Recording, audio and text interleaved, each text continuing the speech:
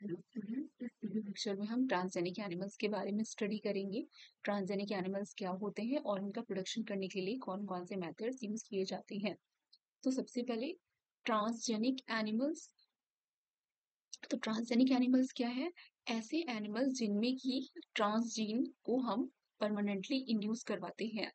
अब ये ट्रांसजीन क्या होता है? ट्रांसजीन का मतलब होता है gene from the another species, gene from another species.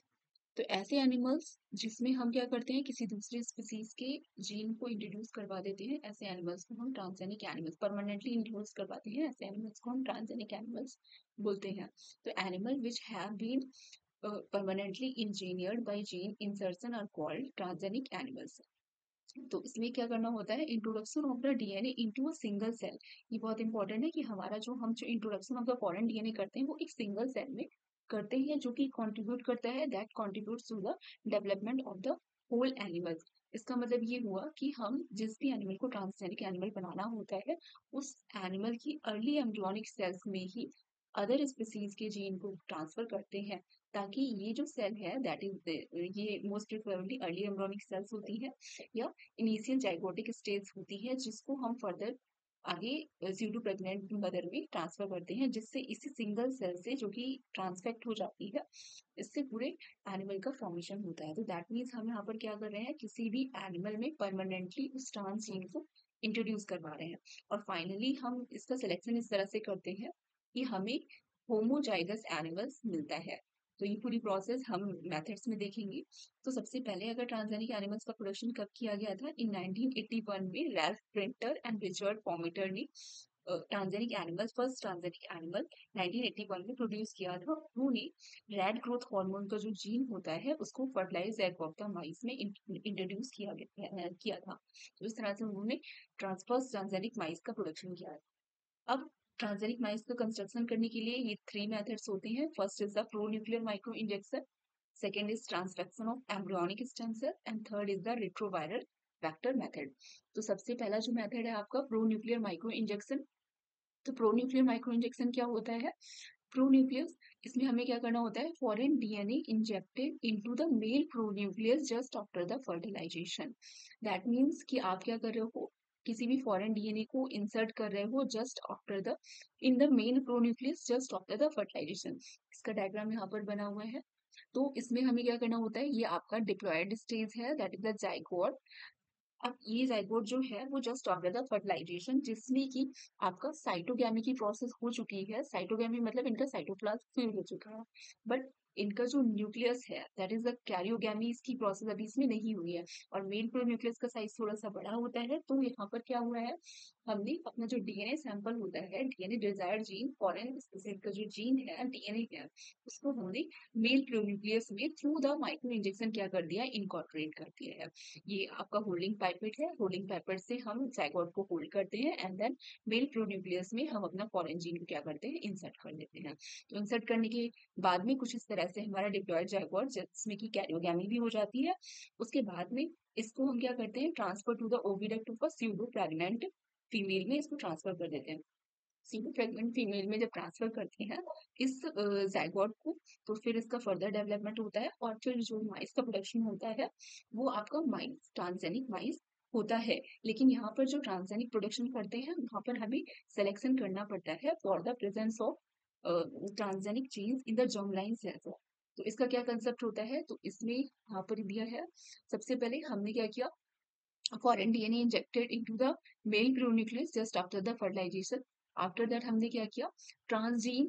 अब क्या क्या पॉसिबिलिटी हो सकती है, transgene randomly integrates into the chromosomal DNA at a single site and multiple copies. इसका मतलब क्या हुआ, जो हमारा ट्रांसजीन था वो हमारा रैंडमली क्रोमोसोम में कहीं पर भी, मेल प्रो न्यूक्लियस में कहीं पर भी इंटीग्रेट हो सकता है एट अ सिंगल साइट। और क्योंकि हमने जो अपना सैंपल लिया था उसकी मल्टीपल कॉपीज ली थी, तो वो बहुत सारी कॉपीज इंटीग्रेट हो जाएंगी। अब उसके बाद में क्या होगा, इट माइट बी पॉसिबल कि इट में इंटीग्रेट आफ्टर 1 और 2 सेल डिवीजन। इसका मतलब ये हुआ कि ये जो आपका जाइगोट है, इसने अपना फर्स्ट डिवीजन कंप्लीट कर लिया, क्लीवेज कर लिया। फर्स्ट क्लीवेज होने के बाद में हमारा जो डीएनए सैंपल था वो इसमें इंसर्ट हुआ। तो अब इसमें क्या होगा, इसमें एक सेल जो है आपका टू सेल स्टेज में एक सेल ट्रांसफेक्टेड होगी और दूसरी सेल होगी वो नॉन ट्रांसफेक्टेड होगी। इसके बाद में इंसर्ट करने के बाद में 3 weeks after the birth of the pups genomic DNA was analysed. 3 weeks के बाद में हम जो पप्स होते हैं उनका जीनोमिक डीएनए एनालिसिस करते हैं for the presence of foreign DNA. Mice that score positive by test are breed to establish founder cell line.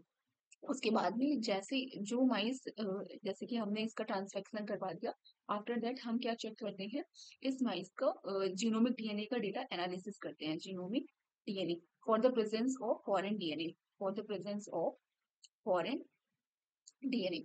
उससे क्या होता है, अब क्योंकि यहाँ पर पॉसिबिलिटी है कि कभी कभी क्या होता है, हमारा ये जो जाइगोट है ये सिंगल सेल डिवीजन या डबल सेल डिवीजन करने के बाद में हमारा डीन इनकॉर्पोरेट या इंटीग्रेट करता है, तो इससे क्या होता है, half of the animal organs will be made up of transfected cell and half of the animal organs are made up of non transfected sales.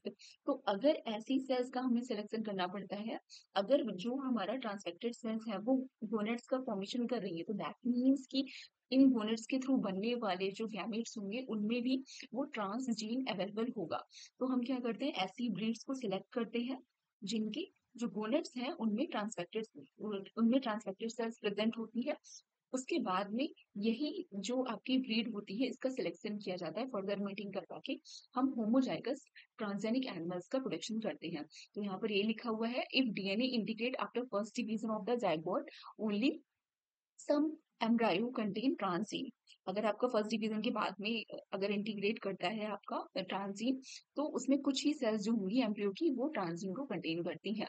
If they contribute to germline, अगर वो वाली sales जो कि यही वाली sales अगर है इसमें ट्रांसजीन प्रेजेंट है, अगर ये गोनल्स का फॉर्मेशन कर रही है, तो दैट मीन कि ये इसका वर्टिकल ट्रांसफर होगा, दैट मीन्स कि ये नेक्स्ट जनरेशन में जाएगा। Subsequent generation will be transgenic. तो ये पूरा प्रोसेस होता है प्रोन्यूक्लियर माइक्रो इंजेक्शन का। प्रोन्यूक्लियर माइक्रो इंजेक्शन के बाद में हम क्या करते हैं, ट्रांसजेनिक माइस को होमोजाइगस स्टेट में सेलेक्ट कर लेते हैं। उसके बाद में नेक्स्ट मेथड होता है आपका transfection of embryonic stem cells.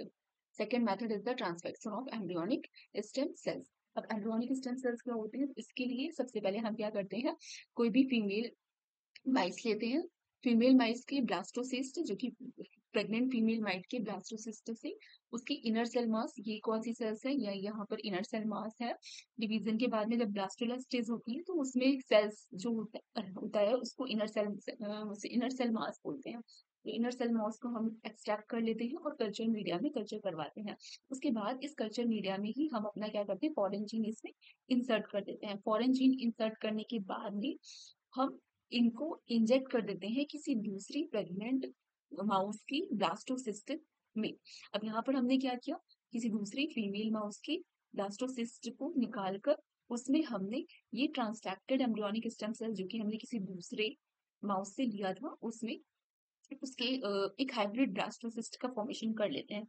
अब इस हाइब्रिड ब्लास्टोसिस्ट को इंट्रोड्यूस करवा देते हैं स्यूडो प्रेग्नेंट फीमेल में। उसके बाद में जैसा सिलेक्शन प्रोसेस हमने पहले किया था, selection of mice breed for the presence of gene in germ line, हम जर्म लाइन जीन्स को सिलेक्ट करते हैं एंड देन उसके बाद में हम होमोजाइगस एनिमल का प्रोडक्शन करवाते हैं। अच्छा, यहाँ पर डिफरेंस ये है कि यहाँ पर ये काइमेरा का प्रोडक्शन होता है। अब काइमेरा क्या होता है, तो ऐसे two population of cells derived from different zygote.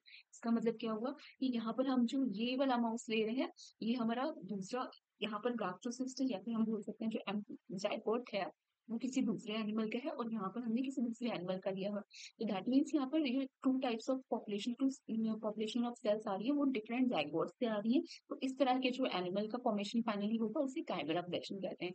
इसी का जस्ट अपोजिट होता है, अगर जहाँ पर हमारा सिंगल जाइगोट होता है उसमें दो different types of cells present होती है, तो उसे हम आपका मोज़ेक एनिमल का डेवलपमेंट बोलते हैं। ऐसे एनिमल्स को हम मोज़ेक बोलते हैं। उसके बाद में लास्ट आपका मेथड आता है retroviral vector mediated. Retroviral vector mediated में हम क्या करते हैं, ट्रांसफेक्शन करवाते हैं थ्रू द रेट्रोवायरल मेथड, जिसमें कि हम अप्रोक्सीमेटली 1 किलो बेस पेयर का इंसर्ट साइट के जीनोम को इंसर्ट कर सकते हैं। फॉर एग्जाम्पल यहाँ पर आपका एक वायरस है रेट्रोवायरस, रेट्रोवायरस का मतलब आपका आरएनए वायरस है। आरएनए वायरसेस में हम डिजायर्ड जीन ऑफ इंटरेस्ट को इनकॉर्पोरेट कर देते हैं, उसके बाद में हम होस्ट सेल में इस वायरस का इन्फेक्शन करवा देते हैं। होस्ट सेल में वायरस का इंफेक्शन करवाने के बाद में क्या होता है, अटैचमेंट होकर एंडोसाइटोज होकर हमारा desire gene of interest host cell के जीनोम से जाकर मिल जाता है।